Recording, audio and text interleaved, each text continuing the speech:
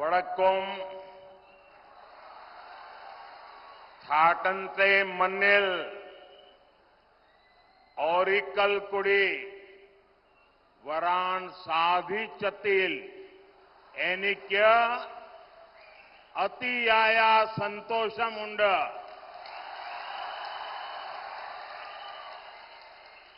वड़क्कम Nathan, Triprayar Ramaswamy मंदिर और गुरुवायूर मंदिर की इस पावन भूमि को मैं प्रणाम करता हूं।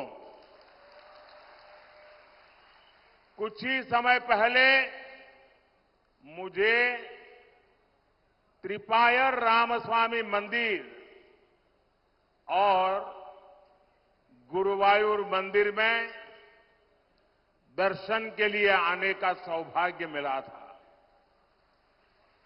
और आज मैं एक ऐसे अवसर पर आलतूर आया हूं जब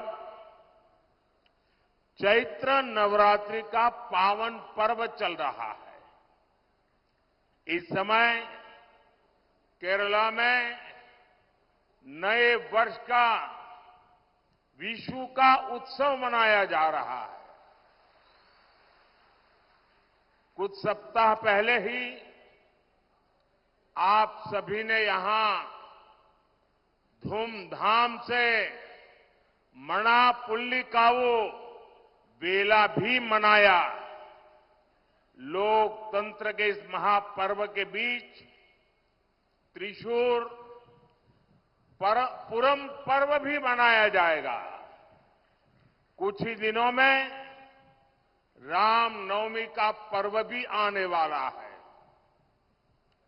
यहां पड़ोस के त्रिशूर में स्थित त्रिपायर मंदिर को तो दक्षिण की अयोध्या कहा जाता है। इतने सारे संयोग बता रहे हैं कि ये समय कुछ खास है। ये पॉजिटिव वातावरण विकसित भारत के संकल्प को नई ऊर्जा दे रहा है। വടക്കുംനാഥന്റെയും തൃപ്രയാർ ശ്രീരാമസ്വാമി ക്ഷേത്രത്തിന്റെയും ഗുരുവായൂർ ക്ഷേത്രത്തിന്റെയും ഈ പാവനമായ ഭൂമിയെ ഞാൻ നമിക്കുന്നു. കുറച്ചു നാളുകൾക്ക് മുമ്പ് എനിക്ക് തൃപ്രയാർ ശ്രീരാമസ്വാമി ക്ഷേത്രത്തിലും ഗുരുവായൂർ ക്ഷേത്രത്തിലും ദർശനം നടത്താനുള്ള സൗഭാഗ്യം ലഭിച്ചിരുന്നു. എന്നാൽ ഇപ്പോൾ ഞാൻ ചൈത്ര നവരാത്രിയുടെ പുണ്യനാളുകളിൽ ഈ ആലത്തൂരിൽ വന്നിരിക്കുകയാണ്. ഇപ്പോൾ കേരളത്തിൽ പുതുവത്സരത്തിന്റെ വിഷുവിന്റെ ആഘോഷം നടന്നുകൊണ്ടിരിക്കുകയാണ്. കുറച്ചാഴ്ചകൾക്ക് മുമ്പാണ് നിങ്ങൾ ആവേശത്തോടെ മണപ്പുള്ളിക്കാവിലെ വേല നടത്തിയത്.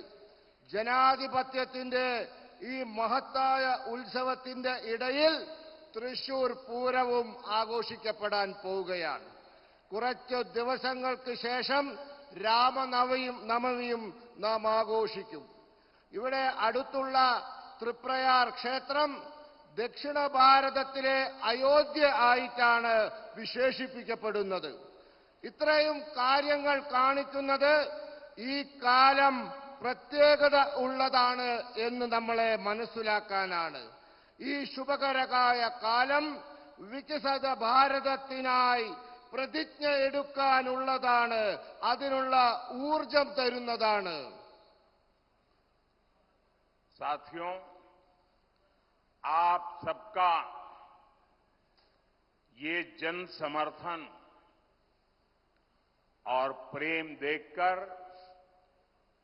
मैं विश्वास से कह सकता हूं केरला का ये नया वर्ष एक नया आरंभ लेकर आया है। ये नववर्ष केरला के विकास का वर्ष होगा। ये नववर्ष नई राजनीति के आरंभ का वर्ष होगा। अब केरला पार्लियामेंट में अपनी मजबूत आवाज भेजेगा। इसलिए आज केरला भी कह रहा है, फिर एक बार, फिर एक बार, फिर एक बार, फिर एक बार, फिर एक बार, फिर एक बार, फिर एक बार। സുഹൃത്തുക്കളെ, നിങ്ങളുടെ പിന്തുണയും സ്നേഹവും കണ്ടിട്ട് ഞാൻ വിശ്വാസത്തോടെ പറയും, ഈ പുതിയ വർഷം പുതിയ തുടക്കം കൊണ്ടുവരാൻ പോവുകയാണെന്ന്. ഈ പുതിയ വർഷം കേരളത്തിന് വികസനത്തിന്റെ വർഷമായിരിക്കും. പുതിയ രാഷ്ട്രീയം തുടങ്ങുന്നതിന്റെ വർഷമായിരിക്കും. ഇത്തവണ പാർലമെന്റിലേക്ക് കേരളം തങ്ങളുടെ ശക്തമായ ശബ്ദങ്ങളെ കേൾപ്പിക്കും. അതുകൊണ്ട് ഇന്ന് കേരളം പറഞ്ഞുകൊണ്ടിരിക്കുന്നു, ഒരിക്കൽ കൂടി മോഡി സർക്കാർ. साथियों, कल नववर्ष विशु के पावन अवसर पर ही बीजेपी ने अपना संकल्प पत्र जारी किया है। बीजेपी का संकल्प पत्र देश के विकास का संकल्प पत्र है। बीजेपी के संकल्प पत्र में मोदी युडे गारंटी होती है। आयुष्मान भारत के तहत केरला के 73 लाख से ज्यादा लाभार्थियों को आर्थिक मदद मिली है। अब बीजेपी ने घोषणा की है कि 70 ईयर्स से अधिक आयु के सभी सीनियर सिटीजन्स को आयुष्मान योजना के तहत फ्री मेडिकल ट्रीटमेंट मिलेगी और यही मोदी युडे गारंटी। मोदी युडे गारंटी यानी पीएम आवास योजना में गरीबों के लिए 3 करोड़ नए घर बनेंगे, नए आवास बनेंगे। यहां केरला में भी हजारों गरीबों को नए घर मिलेंगे। मोदी युडे गारंटी यानी केरला के हर जन औषधि केंद्र पर लोगों को 80% डिस्काउंट पर सस्ती दवाई मिलती रहेगी। Medicine with 80% discount. मोदी युडे गारंटी यानी हमारे युवाओं को मुद्रा योजना में अब 10 लाख की जगह 20 लाख रुपीस का सपोर्ट मिलेगा। സുഹൃത്തുക്കളെ, ഇന്നലെ വിഷുവിന്റെ പുണ്യദിനത്തിലാണ് ബിജെപി തങ്ങളുടെ പ്രകടന പത്രിക പുറത്തിറക്കിയത്. ബിജെപിയുടെ പ്രകടന പത്രിക രാജ്യത്തിന്റെ വികസനത്തിന്റെ കാര്യപരിപാടിയാണ്. ബിജെപിയുടെ പ്രകടന പത്രികയിൽ മോദിയുടെ ഗ്യാരണ്ടിയുണ്ട്. കേരളത്തിലെ ആയുഷ്മാൻ ഭാരത് പദ്ധതിയിലൂടെ 73 ലക്ഷത്തിലധികം ഗുണഭോക്താക്കൾക്ക് സാമ്പത്തിക സഹായം ലഭിച്ചിട്ടുണ്ട്. ഇപ്പോൾ ബിജെപി വാഗ്ദാനം ചെയ്തിരിക്കുന്നു, ഇനി മുതൽ 70 വയസ്സു കഴിഞ്ഞ എല്ലാ മുതിർന്ന പൗരന്മാർക്കും ആയുഷ്മാൻ ഭാരതിലൂടെ സൗജന്യ ചികിത്സ ലഭിക്കുമെന്ന്. ഇതാണ് മോദിയുടെ ഗ്യാരണ്ടി. മോദിയുടെ ഗ്യാരണ്ടി എന്ന് പറഞ്ഞാൽ പാവങ്ങൾക്ക് പ്രധാനമന്ത്രി ആവാസ് യോജന പ്രകാരം 3 കോടി വീടുകൾ നിർമ്മിക്കും. ഇതിൽ കേരളത്തിലെ പാവപ്പെട്ട ആയിരങ്ങൾക്ക് പുതിയ വീടുകൾ ലഭിക്കും.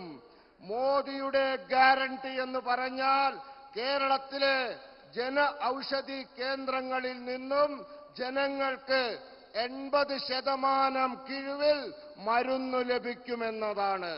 മോദിയുടെ ഗ്യാരണ്ടി എന്ന് പറഞ്ഞാൽ ആയിരക്കണക്കിന് യുവാക്കൾക്ക് ഇനി മുതൽ 10 ലക്ഷത്തിനു പകരം 20 ലക്ഷം രൂപ മുദ്രാ പദ്ധതിയിലൂടെ സാമ്പത്തിക സഹായം ലഭിക്കുമെന്നതാണ്.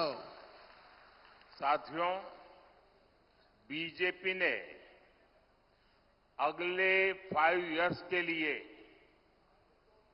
विकास और विरासत दोनों का विजन सामने रखा है.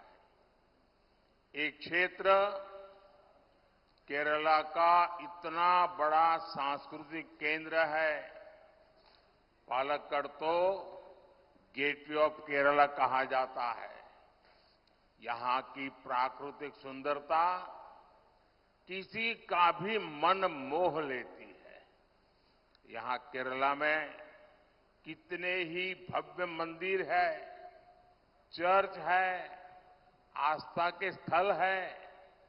अगले 5 इयर्स में हम केरला की इस हेरिटेज को ग्लोबल बनाने के लिए काम करेंगे.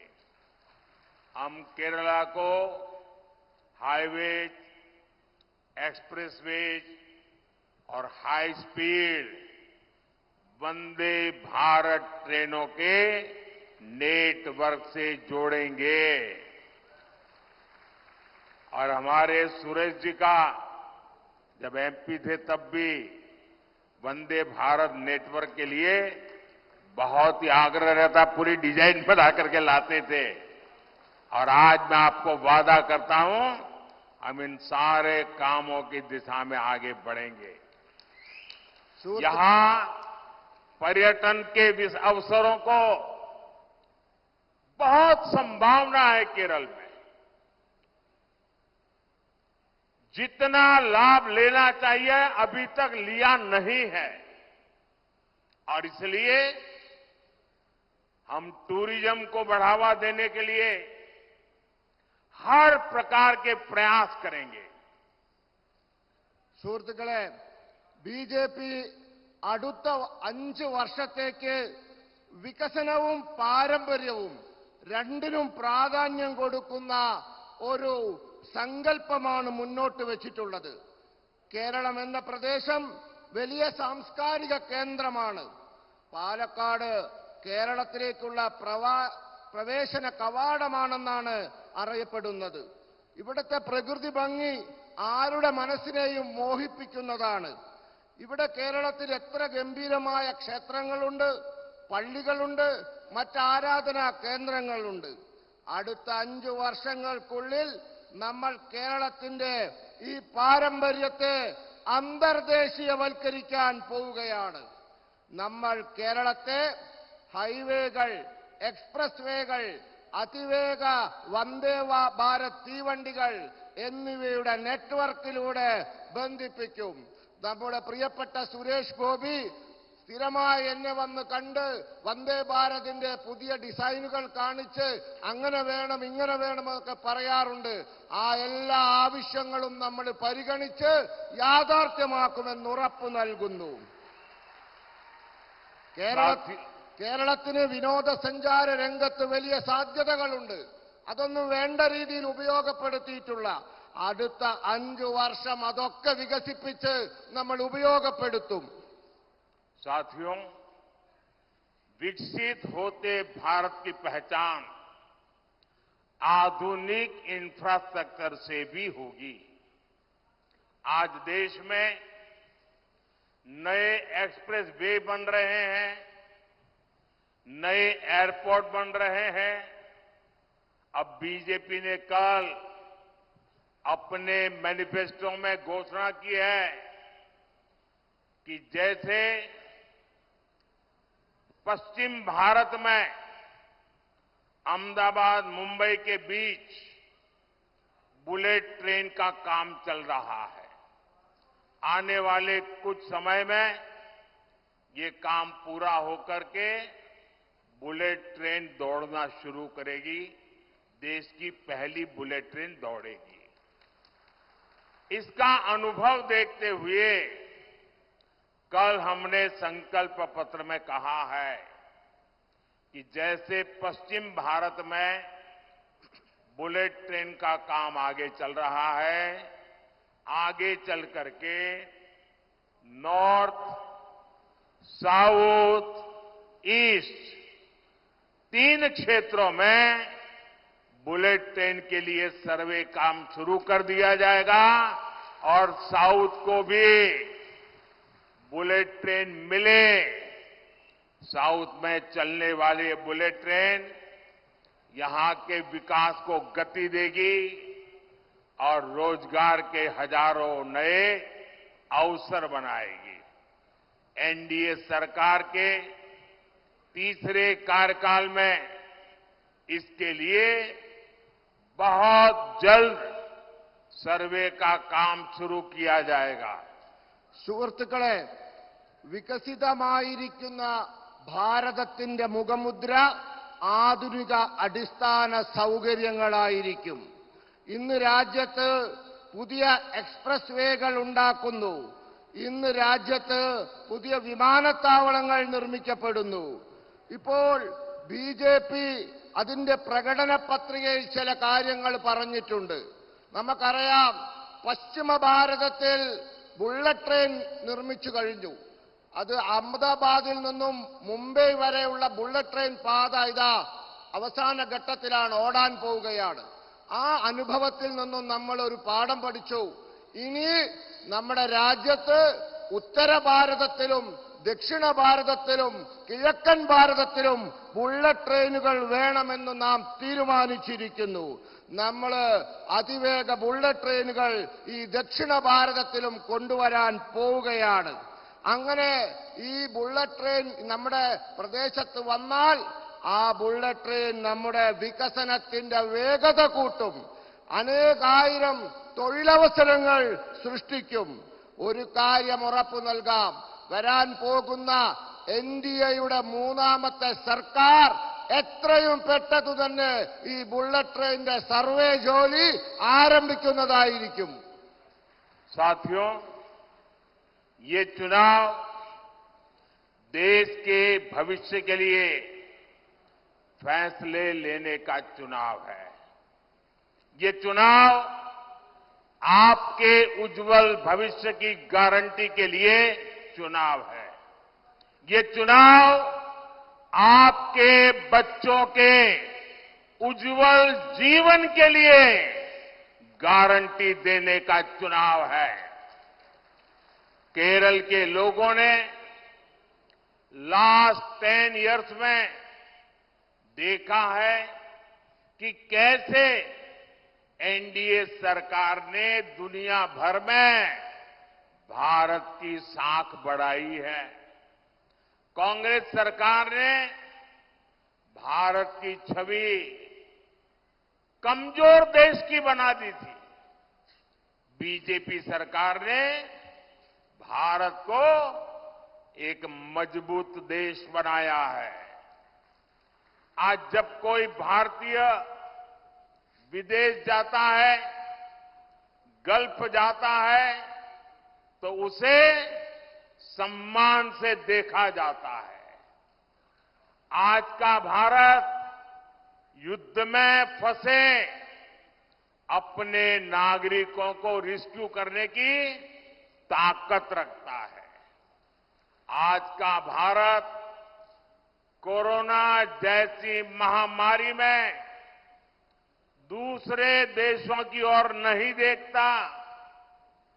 हम स्वदेशी वैक्सीन बनाते हैं, अपने देश के साथ साथ विश्व के दूसरे देशों की सहायता भी करते हैं।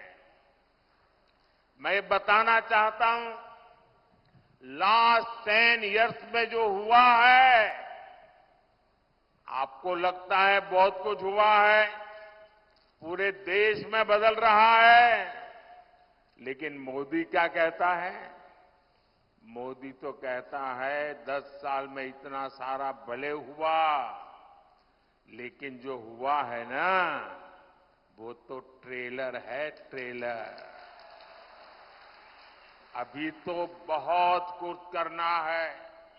अभी तो हमें हमारे देश को, हमारे केरला को बहुत आगे लेकर जाना है। സുഹൃത്തുക്കളെ, ഈ തെരഞ്ഞെടുപ്പ് രാജ്യത്തിന്റെ ഭാവി നിശ്ചയിക്കുന്ന തെരഞ്ഞെടുപ്പാണ്.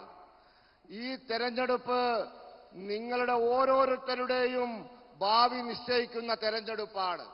നിങ്ങളുടെ കുട്ടികളുടെ ഭാവി നിശ്ചയിക്കുന്ന തെരഞ്ഞെടുപ്പാണ്. അതിനനുസരിച്ചുള്ള തീരുമാനം നാം എടുക്കണം. കേരളത്തിലെ ജനങ്ങൾ കണ്ടതാണ് കഴിഞ്ഞ 10 വർഷത്തിനുള്ളിൽ ലോകത്ത് ഭാരതത്തിന്റെ യശസ് എത്ര ഉയർന്നു എന്നുള്ളത്.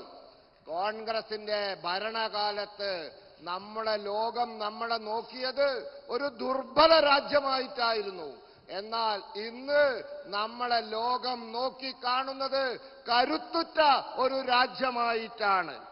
ഇന്ന് ആരെങ്കിലും വിദേശത്ത് പോയാൽ, ഗൾഫിൽ പോയാൽ അവർക്ക് അറിയാം അവരെ രാജ്യത്തിന് കിട്ടുന്ന ബഹുമാനം അവർക്കും കിട്ടുന്നു.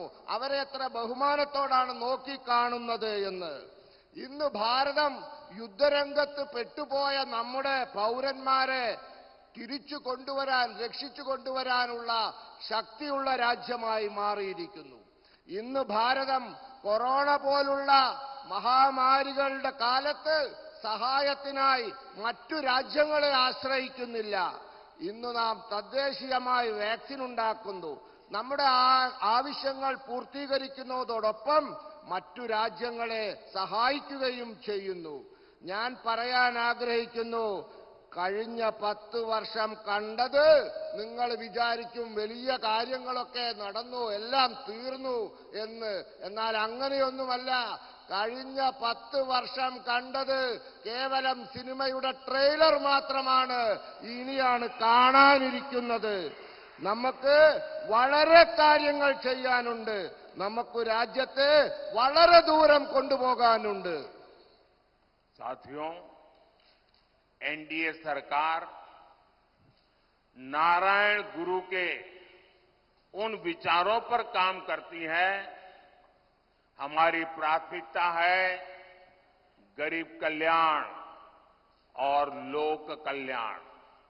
इसलिए लास्ट 10 इयर्स में एनडीए सरकार में जल जीवन मिशन के तहत केरला में 36 लाख से ज्यादा नल से जल कनेक्शन मिले हैं। लेकिन मुझे दुख के साथ कहना है, पूरे देश में जिस गति से जल जीवन मिशन चला है, केरला में यहां की सरकार उतना चलने नहीं दे रही है। वो भ्रष्टाचार की तलाश में होते हैं और इसलिए आज भी केरल में घरों में पीने का पानी का संकट है।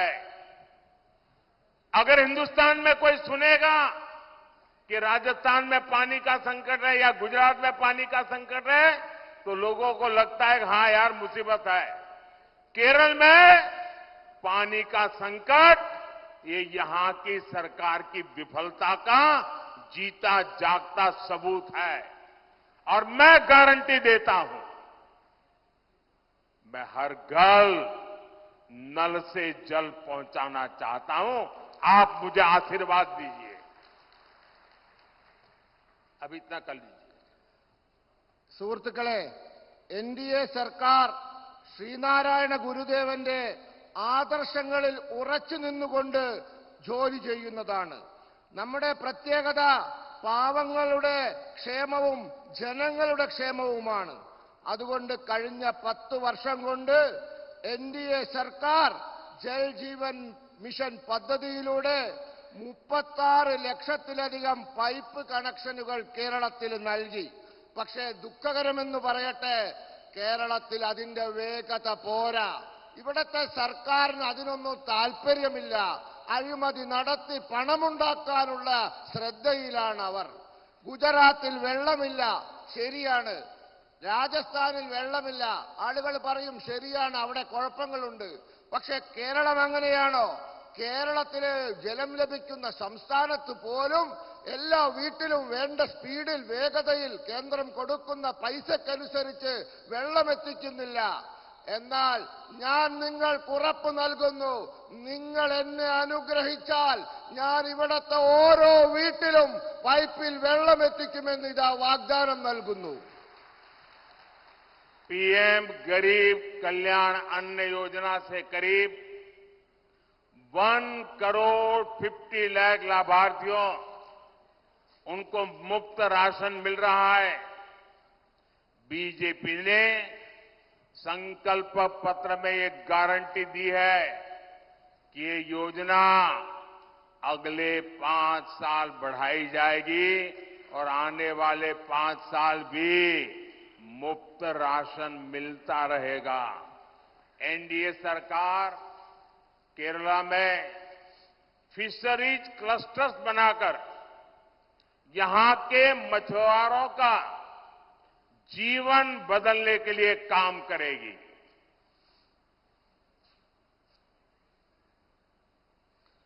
സുഹൃത്തുക്കളെ, ഗരീബ് കല്യാൺ അന്ന യോജന പദ്ധതിയിലൂടെ കേരളത്തിൽ 1,50,00,000 ഗുണഭോക്താക്കൾക്ക് സൗജന്യ റേഷൻ കൊടുത്തുകൊണ്ടിരിക്കുന്നു. ബിജെപിയുടെ പ്രകടന പത്രികയിൽ ഗ്യാരണ്ടി നൽകിയിരിക്കുന്നു, ഈ പദ്ധതി അടുത്ത 5 വർഷം കൂടി നീട്ടും എന്ന് വെച്ചാൽ ഈ ആളുകൾക്ക് ഈ 5 വർഷം കൂടി സൗജന്യ റേഷൻ ലഭിക്കും. എൻഡിഎ സർക്കാർ കേരളത്തില് മത്സ്യപ്രവർത്തകരുടെ കൂട്ടായ്മയുണ്ടാക്കി, ഫിഷറീസ് ക്ലസ്റ്ററുകൾ ഉണ്ടാക്കി ഇവിടത്തെ മത്സ്യപ്രവർത്തകരുടെ ജീവിതം മാറ്റിമറിക്കാനുള്ള ജോലി ചെയ്തുകൊണ്ടിരിക്കുകയാണ്. साथियों, आज बीजेपी के शासन में देश तेजी से आगे बढ़ रहा है, लेकिन एलडीएफ, यूडीएफ केरला को पीछे धकेल रहे हैं। एनडीए सरकार केरला और इस क्षेत्र के विकास के लिए जो प्रयास कर रही है, राज्य सरकार उसमें भी बाधा डाल रही है। ये लोग नेशनल हाईवेज के प्रोजेक्ट भी रोकना चाहते हैं, क्योंकि लेफ्ट सरकारों का एक ही कैरेक्टर है। लेफ्ट वालों का एक ही कैरेक्टर है, चाहे वो त्रिपुरा में हो तो भी ऐसा ही करते थे, बंगाल में थे तब भी ऐसा ही करते थे, और केरल में भी जब मौका मिलता है ऐसा ही करते हैं। लेफ्ट वालों का कैरेक्टर क्या है? Nothing left and nothing right, यानी जहां लेफ्ट का शासन होता है वहां कुछ भी बाकी नहीं रहता और कुछ भी सही नहीं होता। इन्होंने बंगाल को बदहाल बनाया, ये लोग त्रिपुरा में भी ताश दिलाए थे, वही काम ये केरला में भी कर रहे हैं। സുഹൃത്തുക്കളെ, ഇന്ന് ബിജെപിയുടെ ഭരണത്തിൽ രാജ്യം വേഗത്തിൽ മുന്നോട്ട് കുതിക്കുകയാണ്.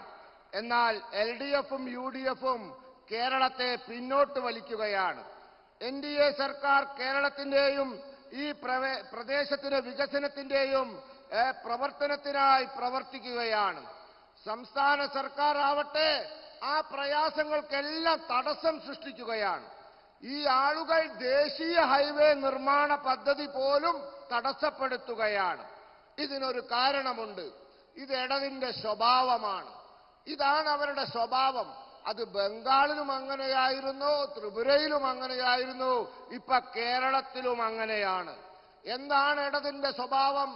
എവിടെയെങ്കിലും ഇടത് ഭരിച്ചാൽ ഇടത്തും ഒന്നും ഉണ്ടാവില്ല, വലത്തും ഒന്നും ഉണ്ടാവില്ല, ഒന്നും ബാക്കിയുണ്ടാവില്ല, ഒന്നും ശരിയാവുകയുമില്ല. അവർ ഭരിച്ച് ബംഗാളിനെ നശിപ്പിച്ചു. അവർ ത്രിപുരയിലും നാശം കൊണ്ടുവന്നു. ഇപ്പോൾ ആ പണി അവർ കേരളത്തിലെടുക്കുകയാണ്. साथियों, आज केरला जैसे शांति प्रिय राज्य में हिंसा अराजकता आम हो गई है। आज केरला में खुलेआम राजनैतिक हत्याएं कराई जाती हैं। कॉलेज के कैंपस तक असामाजिक तत्वों के अड्डे बन गए हैं।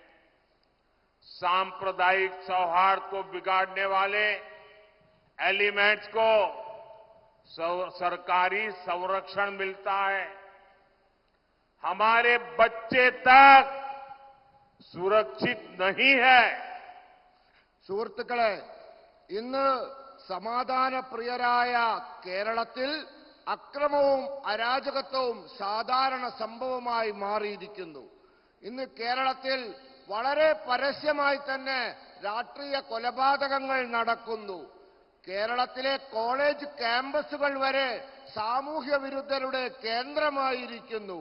സാമുദായിക സൗഹാർദ്ദം തകർക്കുന്ന ശക്തികൾക്ക് സർക്കാർ സംരക്ഷണം ലഭിക്കുന്നു. നമ്മുടെ കുട്ടികൾ വരെ സുരക്ഷിതരല്ല. साथियों, केरला में जनता के पैसों की खुलेआम लूट हो रही है। ये लोग भ्रष्टाचार के नए नए मॉडल लेकर आते हैं। जनता का एवरी सिंगल रुपया लूटना चाहते हैं।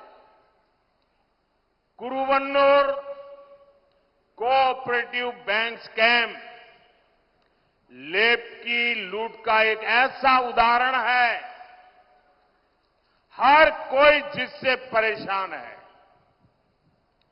जिस बैंक में गरीबों ने, मध्यम वर्ग ने अपनी मेहनत के सैकड़ों करोड़ रुपए जमा किए थे, उस बैंक को सीपीएम के लोगों ने पूरी तरह लूटकर कंगाल कर दिया। ये जो गरीबों ने, मध्यम वर्ग ने बैंक में पैसे रखे थे, क्योंकि घर में बेटी की उम्र बढ़ रही थी, उन्होंने सोचा कि बेटी की शादी करवानी है, बैंक में पैसे जमा कराएं, कुछ ब्याज मिलेगा, पैसे बढ़ेंगे और जब शादी का समय आएगा तो बेटी के काम आएगा। लेकिन इन सीपीएम वालों ने गरीब की बेटी की शादी को भी अनेक संकटों में डाल दिया। मध्यम वर्ग के परिवार की शादी को, बेटे की, बच्चों की शादी को भी इन्होंने संकट में डाल दिया। गरीबों को उनके खिलाफ ऐसी मिली भगत का उदाहरण बहुत कम मिलेगा। इस स्कैम की वजह से हजारों परिवारों का जीवन दांव पर लग गया है। സുഹൃത്തുക്കളെ, കേരളത്തിലെ ജനങ്ങളുടെ പണം പരസ്യമായി കൊള്ളയടിക്കപ്പെടുകയാണ്. ഇവർ അഴിമതിയുടെ പുതിയ പുതിയ മാതൃകകൾ കൊണ്ടുവരികയാണ്. ജനങ്ങളുടെ ഓരോ പൈസയും കൊള്ള ചെയ്യാൻ ഇവർ ആഗ്രഹിക്കുന്നു. കരുവണ്ണൂർ സഹകരണ ബാങ്ക് അഴിമതി ഇടതിന്റെ കൊള്ളയുടെ ഇത്തരത്തിലുള്ള ഒരു ഉദാഹരണമാണ്. എല്ലാവരും ഇതിൽ അസന്തുഷ്ടരാണ്. ഏത് ബാങ്കിലാണോ പാവപ്പെട്ട ആൾക്കാർ, മധ്യവർഗത്തിൽപ്പെട്ട ആൾക്കാർ അവർ അധ്വാനിച്ചുണ്ടാക്കിയ കോടാനുകോടി രൂപകൾ നിക്ഷേപിച്ചത്, ആ ബാങ്ക് സിപിഎമ്മിന്റെ ആളുകൾ കൊള്ള ചെയ്ത് കാലിയാക്കി. പെൺകുട്ടിയുടെ വിവാഹത്തിന് വേണ്ടി നിക്ഷേപിച്ച പൈസ പാവപ്പെട്ട ആൾക്കാർ, മധ്യമവർഗത്തിലെ ആൾക്കാർ, ബാങ്കിൽ പൈസ ഇട്ടാൽ പലിശയും കിട്ടും, പെൺകുട്ടിക്കോട് വിവാഹം വന്നാൽ അത് എടുക്കുകയും ചെയ്യാമെന്ന് വിശ്വസിച്ചവർ അവരെ പെൺകുട്ടികളുടെ വിവാഹം വരെ മുടക്കുന്ന പണി ഇവർ എടുത്തിരിക്കുകയാണ്. ഇത്തരത്തിലുള്ള സംഘടിത കൊള്ളകൾ കാണാൻ വളരെ വിരളമാണ്. ഈ അഴിമതി കാരണം ആയിരക്കണക്കിന് കുടുംബങ്ങളുടെ ജീവിതം ഇന്ന് കുഴപ്പത്തിലായിരിക്കുകയാണ്.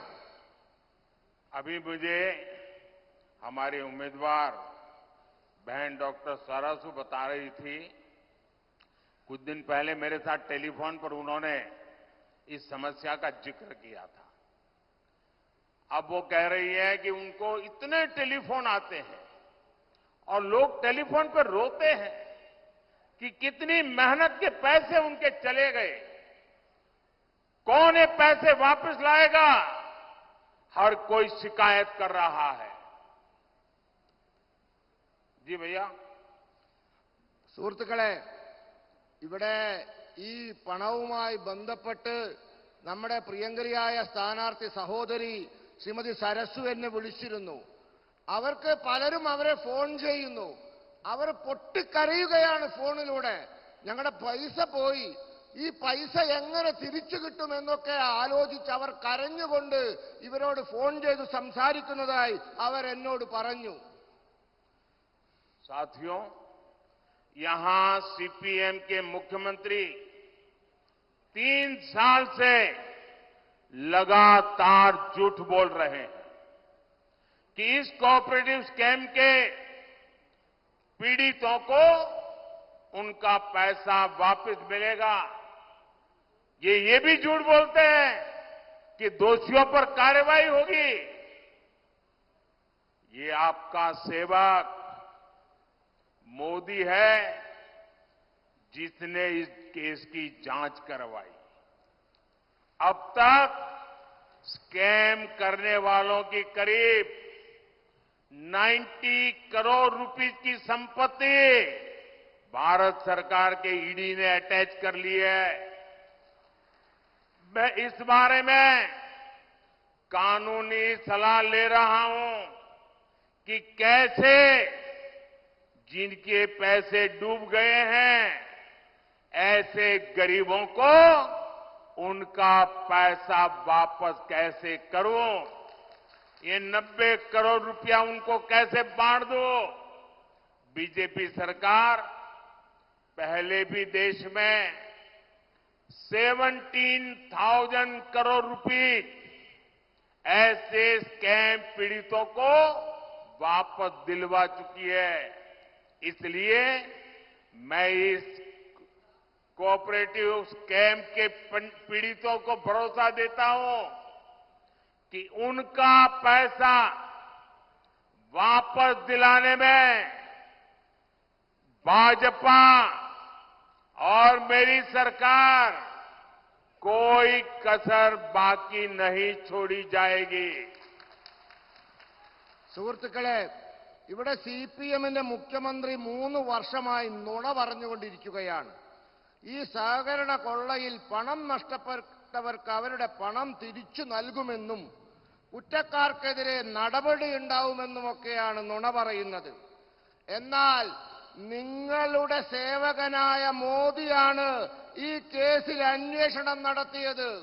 ഇതുവരെ ഈ കേസിൽ ഏതാണ്ട് 90 കോടി രൂപയിലധികം സമ്പത്ത് ഭാരത സർക്കാരിന്റെ ഇഡി കണ്ടുകെട്ടിയിരിക്കുകയാണ്. ഞാൻ ഇപ്പോഴും നിയമജ്ഞരുമായി ചർച്ച ചെയ്തുകൊണ്ടിരിക്കുകയാണ്. പാവങ്ങളുടെ പണം എങ്ങനെ തിരിച്ചു കൊടുക്കാം, ഈ പിടിച്ചെടുത്ത 90 കോടി രൂപ അവർക്ക് എങ്ങനെ കൊടുക്കാമെന്ന് ഞാൻ ചർച്ച ചെയ്തുകൊണ്ടിരിക്കുകയാണ്. ഭാരത സർക്കാർ കഴിഞ്ഞ കാലങ്ങളിൽ 17,000 കോടി രൂപ ഇത്തരത്തിൽ അഴിമതിയാൽ വഞ്ചിക്കപ്പെട്ടവരുടേത് പിടിച്ചെടുത്ത് തിരിച്ചു കൊടുത്തിട്ടുണ്ട്. അതുകൊണ്ട് ഈ കരുവണ്ണൂർ സഹകരണ കൊള്ളയിൽ വഞ്ചിതരായവർക്ക് ഞാൻ ഉറപ്പ് നൽകുന്നു, നിങ്ങളുടെ പണം തിരിച്ചു തരാൻ സാധ്യമായതെല്ലാം മോദി സർക്കാർ, ബിജെപി സർക്കാർ ചെയ്യും. അതിനുവേണ്ടി ഏത് തറ്റം വരെയും ഞങ്ങൾ പോകും. साथियों, कांग्रेस के एक बड़े नेता जिनको यूपी में अपनी खानदानी सीट पर इज्जत बचाना मुश्किल हो गया है और उन्होंने केरला में अपना नया ठिकाना बना लिया है। चुनाव जीतने के लिए यहां कांग्रेस ने उस संगठन के पॉलिटिकल विंग से बैकडोर समझौता किया है जिसको देश में देश विरोधी प्रवृत्ति के लिए बैन किया गया है। लेकिन क्या आपने कभी सुना है कांग्रेस के इन नेताओं के मुंह से कभी भी कोऑपरेटिव बैंक के स्कैम के लिए कैसे पैसे लूटे हैं एक शब्द बोलते हैं क्या? कांग्रेस के ये युवराज केरला के लोगों से वोट तो मांगेंगे, लेकिन आपके हक में, आपके मुद्दों पर एक शब्द भी नहीं बोलेंगे। സുഹൃത്തുക്കളെ, കോൺഗ്രസിന്റെ ഒരു വലിയ നേതാവ് അയാൾക്ക് യുപിയിലെ സ്വന്തം കുടുംബത്തിന്റെ സീറ്റിൽ അഭിമാനം സംരക്ഷിക്കാൻ ബുദ്ധിമുട്ടാണെന്ന് മനസ്സിലായപ്പോൾ കേരളത്തെ പുതിയ കേന്ദ്രമാക്കിയിട്ടുണ്ട്. മാത്രവുമല്ല, തെരഞ്ഞെടുപ്പിൽ ജയിക്കാൻ വേണ്ടി അവർ രാഷ്ട്രീയ സഖ്യമുണ്ടാക്കിയിരിക്കുന്നത് രാജ്യത്ത് നിരോധിക്കപ്പെട്ട സംഘടനകളുമായിട്ടാണ്. എന്നാൽ ആ നേതാവ് സഹകരണ കൊള്ളയെപ്പറ്റി എന്തെങ്കിലും ഒരു അക്ഷരം പറഞ്ഞതായി നിങ്ങൾ കേട്ടിട്ടുണ്ടോ? കോൺഗ്രസിന്റെ യുവ നേതാവ് കേരളത്തിലെ ജനങ്ങളോട് വോട്ട് ചോദിക്കും, പക്ഷെ നിങ്ങളുടെ അവകാശങ്ങൾക്കായി, നിങ്ങളുടെ പ്രശ്നങ്ങൾക്കായി അതിനെ സംബന്ധിച്ച് ഒരക്ഷരം പറയില്ല. केरला के लोगों को एलडीएफ, यूडीएफ दोनों से सावधान रहना है। केरला में भले ही कांग्रेस पार्टी लेफ्ट के लोगों को आतंकवादी कहती है, लेकिन दिल्ली में ये लोग एक साथ बैठकर चुनावी गठजोड़ करते हैं, एक ही थाली में खाते हैं।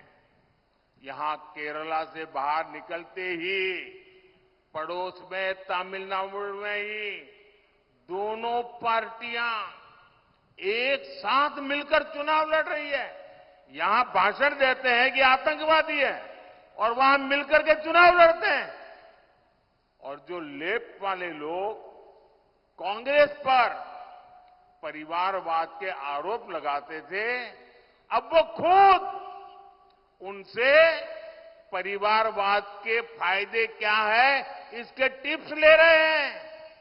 ये लोग इंडी अलायंस बनाकर साथ आए हैं क्योंकि ये जानते हैं कि मोदी इनके लूट के सब ठिकानों को ठप कर रहा है। इसलिए चाहे लेफ्ट हो या कांग्रेस, सबके निशाने पर मोदी ही है। लेकिन मैं आपको गारंटी देता हूं, बीजेपी और एनडीए को दिया गया आपका एक एक वोट गरीब के एक एक पैसे का हिसाब करेगा। സുഹൃത്തുക്കളെ, കേരളത്തിലെ ജനങ്ങൾ എൽഡിഎഫിനെയും യുഡിഎഫിനെയും രണ്ടിനെയും സൂക്ഷിക്കണം. കേരളത്തിലെ കോൺഗ്രസുകാർ, ഇടതുപക്ഷക്കാർ തീവ്രവാദികളാണെന്ന് പറയും. എന്നാൽ ഡൽഹിയിൽ ഇരുന്ന് ഇവർ ഒരുമിച്ച് ഇരുന്ന് തിരഞ്ഞെടുപ്പ് സഖ്യമുണ്ടാക്കും, ഒരു പ്ലേറ്റ് ആഹാരവും കഴിക്കും. കേരളത്തിന് പുറത്തു കടന്നാൽ ഈ തമിഴ്നാട് എത്തിയാൽ മതി, രണ്ടു പാർട്ടികളും ഒരുമിച്ച് തെരഞ്ഞെടുപ്പിൽ മത്സരിക്കുകയാണ്. അതോടൊപ്പം ഇടതുപക്ഷക്കാർ പറയും കോൺഗ്രസുകാർ കുടുംബാധിപത്യക്കാരാണെന്ന്. പക്ഷേ ഇപ്പോൾ ഇടതന്മാർ കോൺഗ്രസിൽ നിന്നും കുടുംബാധിപത്യത്തിന്റെ പാഠങ്ങൾ പഠിച്ചുകൊണ്ടിരിക്കുകയാണ്.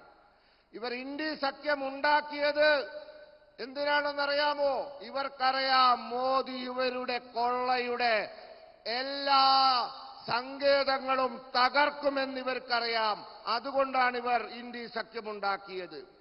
അതുകൊണ്ട് ഇവിടത്തെ ഇടതിന്റെയും കോൺഗ്രസിന്റെയും ലക്ഷ്യം മോഡിയാണ്.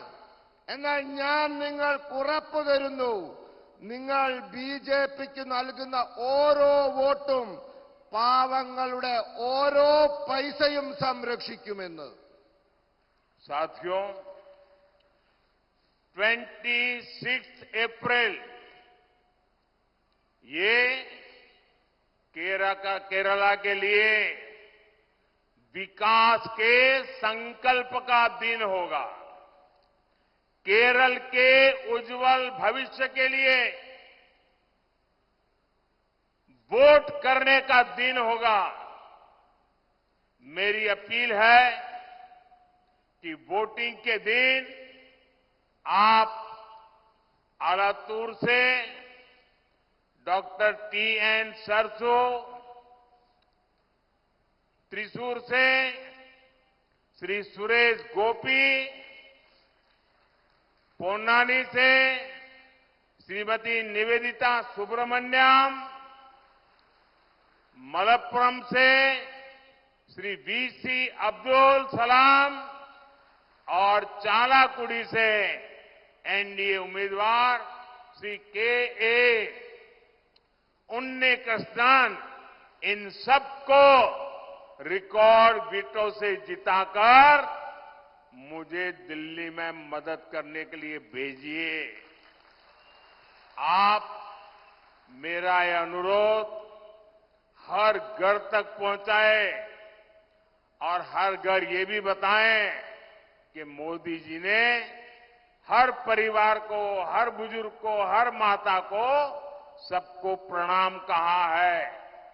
സുഹൃത്തുക്കളെ, 26 ഏപ്രിൽ അന്ന് കേരളത്തെ സംബന്ധിച്ചിടത്തോളം മാറ്റത്തിന്റെയും വികസനത്തിന്റെയും പ്രതിജ്ഞ എടുക്കുന്ന ദിനമാണ്. നമ്മുടെ ഉജ്ജ്വലമായ ഭാവിക്ക് വേണ്ടി നാം തീരുമാനമെടുക്കുന്ന ദിവസമാണ്.